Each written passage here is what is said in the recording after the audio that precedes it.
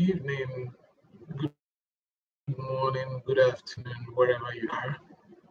So today I am going to look at a very important topic, and I'm making this video based on so many experiences of some of the candidates that I've had to prepare, and some of the candidates that I've seen and that I've heard their experiences. So the topic today will be to look at depression. You may wonder, what is depression? So only a professional can diagnose depression. You can't say someone is depressed unless you are a professional in that area. When I mean a psychologist, a psychiatrist, and a clinician, a mental health clinician can only diagnose that. You can only say someone has something that feels like that, but you cannot say uh, uh, authoritatively or professionally that someone is suffering from depression. So when I speak this way, I speak as a mental health face aider, certified. So I am not here to diagnose, but to help you to look at the indices that may indicate that you might need to speak to a professional who will be able to help you go through what you're going through. So I'm saying this in relation to how many people feel after they have been rejected from having a visa. So this is the angle I'm going. So if you have been in that shoes, if you have been denied a visa, or if you have been in an experience of disappointment, please grab your seat. I am talking to you, and I want to talk to you. If you have someone who has been denied visa or who has encountered a serious um, situation that made them shut down, send this video to them. I might be speaking to that person. And if you're the one, I am talking to you. So today I'm going to talk about um, uh, one of the experiences that people encounter, particularly after after all your preparations. You go for visa interview, and at the end you get rejected or you get denied. The first thing that comes to you is to shut down. One of the first experiences that comes to you. Like, you shut down from everything you're doing, you shut down from your activities, you shut down from being who you need to be. It is normal, and I am here to tell you that you are not alone. So many people have had experience of being denied visa, of which I was once in that shoe. And shutting down is not the best way to handle that. And creating um, uh, an island of your own being is not the best way to handle that, because that can lead to other medical problems or other serious problems for you, or other complications for you. So I'm here to encourage you to see rejection, your visa rejection, as an offshoot of your own self-discovery. Most times, people see rejection or denial as their own fault. So I'm also here to inform you that it is not your fault. It is not an assessment of your personality. It's not your being denied a visa. It's not an assessment of your own unworthiness or your own inferiority complex or your own personality. It's not a negligence of your personality. It simply means go back and do something, do better. It simply means let me learn, let me use this as a learning platform to make myself better. So I want you to pick that information, that each time you encounter block or you encounter an obstacle in your life or in anything you invested so much time in preparing, it is not um, uh, an assessment of your own personality, but rather a an opportunity for you to be better. So some people like Kevin Feige, have said something about rejection. They mentioned that rejection is a common occurrence. Learning that early and often will help you build up the tolerance and resistance to keep going and keep trying. This is one of the quotes from Kevin Feige. I will also mention another quote from another person, Bernard Branson. He said, "Rejection is an opportunity for your selection." There are other quotes too, from Bo Bennett. He says, "Rejection is nothing more than a necessary step in the pursuit of success." I'll read further. Another person, Veronica Pucel, says, um, "That's you have to take all the rejections that life will throw at you. We do not grow in happiness, but we grow in sadness. Each rejection teaches us something new." Another person, Lewis, also said, "I think all great innovations are built on rejection." Another person also mentioned, he said, this is from Henry on rejection.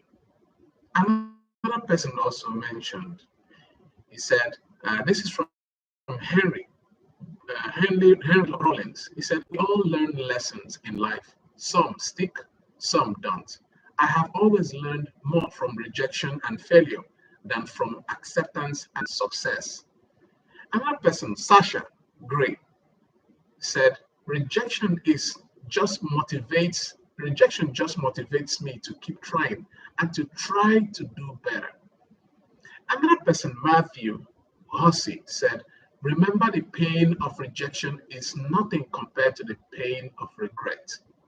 I want you to just, when you listen to some of these quotes about rejection, this is a climax, a stepping stone for you. So when you're looking at rejection, look at it as an opportunity to recalibrate yourself, an opportunity to make yourself a better person, an opportunity to upgrade yourself. So that's why I'm reading all this, so that you can see how much the stance of rejection, how much this experience can help you to grow, instead of letting it run you down.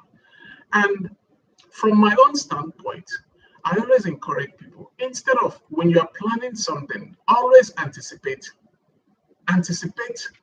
um, put virtue in the balance. Don't just throw your eggs in one basket. Like, it's a do or die affair. When you are going for a visa interview, you make it look like, okay, this is my last, or this is the only option available for me. Leave space for absorbing whatever that might come through that. That's why every organization will always want to hire people. They are called risk managers. These people are the people that organizations employ to be able to help them to guide and to anticipate risk in terms of investment, and as well as to help them, if there are risks involved out there that they've encountered or incurred, they will help them to, absorb some of this risk. Every organization goes through that. Same thing with human beings, even vehicles. When vehicles have shock absorbers, why do they need shock absorber? The reason is because not all roads are, level the same way. So the shock absorber helps the vehicle while it's on traction to be able to sustain the same balance. So while you are inside, you won't feel it, but on the outside, the tires are bouncing and the shock absorbers are helping it. That is what human beings are also encouraged in life. Anticipate risk, but create a balance in a way that can help you to absorb it. So when you're going for visa interview, think about, what is the best possible option? What if I don't get this visa? Think about a possible outcome, a possible option for you to be able to absorb the challenges, the situation that you may have to grapple with. And then when you go through this, don't just sacrifice yourself because of that experience. I know a lot of us invest so much. You invest so much money, so much time, so much resources to prepare, to plan for it. Of course, that is why you're feeling that way, and it makes you shut down. So that's why this video is for you or for someone you think might need it. So I'm using this opportunity to speak to you, wherever you are. It is not a good experience. I am acknowledging that. Once you get denied, once you get rejected, your application is rejected, you go into sober mode. You shut down, you don't talk to people. Even when you talk to people, that very day is going to be like -1. It takes you out. But there are also many consequences that can come through that. But before those consequences, I want to talk about how can you avoid visa rejection? What is the possible way? How can you possibly avoid a visa rejection? One of the ways, or some of the ways to avoid visa rejection is, first and foremost, when you are preparing for your interview, bring all documents related to your coming to the US Embassy or to any embassy you're going to, providing your scholarship letters, assuming if you have a scholarship, providing your admission letters, providing all financial documentations, all letters of recommendations, all these valid documents, including your transcript, your I-20, your receipts, your whatever documentation that you need, all these will increase your chances of getting approved. And also, when you're asked questions, go straight to the point. Don't answer what you are not asked. Don't go into explanations. If your VO didn't ask you questions, don't just try to explain. Stick to the point and make sure that you keep an eye contact. Make sure that you talk in a way that is convincing. You know yourself when you respond to questions, if the questions you responded are truly the right answers. So the more information you have, the better the chances that your visa will be granted and will not be denied. So these are some of the things I wanted to mention. Also, when you find yourself going through some of these experiences, somebody may be asking, may want to know, okay, what is it? How do I know that I have signs or signs of depression? So there are two types of depression. You can have a clinical depression, which is a very serious one. But we're not talking about clinical depression here. We're talking about depression that can come as a result of trauma. We're talking about a depression that can come as a result of, activities, activities that would trigger some abnormalities in your brain function. So some of them could be temporal, while some of them could be permanent. But excuse me. So when you find yourself after you've been denied visa, and then you find yourself, going through a sad mood, or going into some kind of anxiety, feeling of hopelessness, or feeling of irritability, frustration, restlessness, please speak to someone. Reach out to someone. Don't take this alone. I also encourage people, when you are going for visa interview or you are preparing for something of that nature, please, the less people you inform about it, the better for you. Because some of the challenges are about trying to find how to explain to people what will people think. This status thing, it will affect you more. But the less people that knows about it can help you to override that situation. The more people don't know about what you do, so you don't have to explain what happened. So you don't have to explain the success. It will be better for you. And I also want to tell you this. People surprises make more sense to people than when they know about it and then they hear about it and they be like, oh, how did it go? But when you tell people about your success in a way that they are not aware of it, it makes more impact than when they already know. So so why do I say that? I'm saying this because it is better not to inform people when you are going for visa interview. So you don't have so much to explain. Secondly, when you find yourself also um, struggling with this, with the experience of visa denial, don't see it as the whole world is collapsing on you, because that's some of the experiences I've had people talk about, and that is one of the um, most troubling part of it. So uh, people feel that the whole world is collapsing on them. They are no longer useful to themselves because they made an attempt and they failed. No. All these experiences can actually lead you to develop some health problems, from heart problem to stroke, and which are, you know, which can be very life-threatening. So the reason why I'm making this video is just to call your attention to reach out to people, speak to people.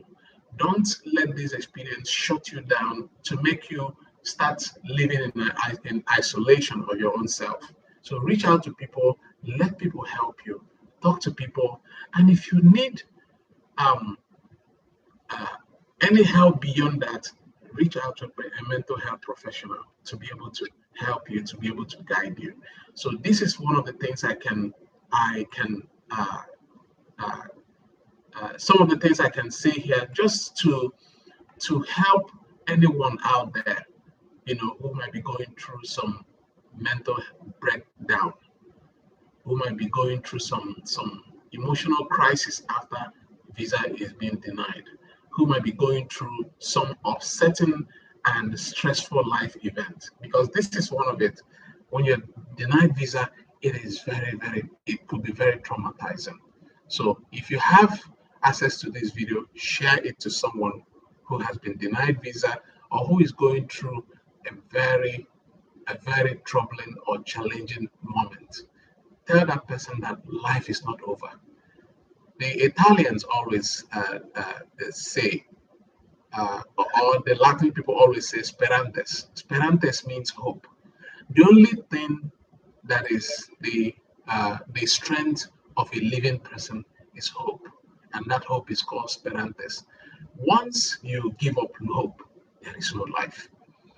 So think about this and look at it in a way that means some support to you. Look at this video or listen to this video in a way that it brings um, peace and tranquility to you. And if this video helps you to know that you are highly valued, you are highly appreciated by myself, by many people all over the world, your family members, your spouses, your parents, your teachers, all those people value you. So if they value you and look up to you, don't let one incident throw you down. Don't let one incident twist your mood. Don't let one incident make you feel worthless, make you feel useless. It is not about you. It is about you learning from the experience and making something better out of it. So this is all about this. And I wanted to share this video as you get it so you can support someone out there going through um, uh, a breakdown. Thank you and God bless.